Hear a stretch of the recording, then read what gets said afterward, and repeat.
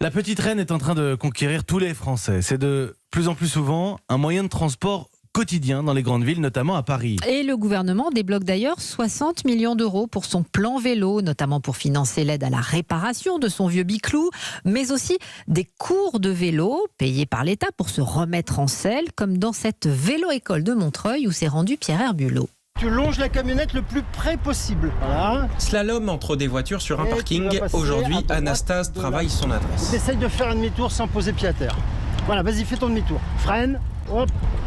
Raté, c'est pas grave. Issue d'une famille modeste, elle n'a jamais appris à faire du vélo. À 60 ans passés, la retraitée a décidé de s'y mettre la tête haute. Il n'y a pas eu de complexe. On tombe, on est hésitant, on a un peu peur. Voilà, à n'importe quel âge, on peut apprendre. Et là, tu pars à gauche. Le cours qu'elle est en train de suivre, l'État propose maintenant de le payer. Une excellente initiative pour François Fatou, fondateur de la première vélo-école de France. Il faut naturellement développer ça. Pour moi, les vélo-écoles sont indispensables pour le développement du vélo.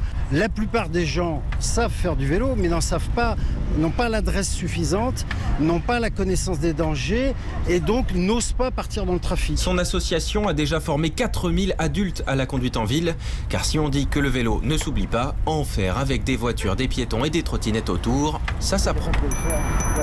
Voilà, le vélo, ça ne s'oublie pas, paraît-il.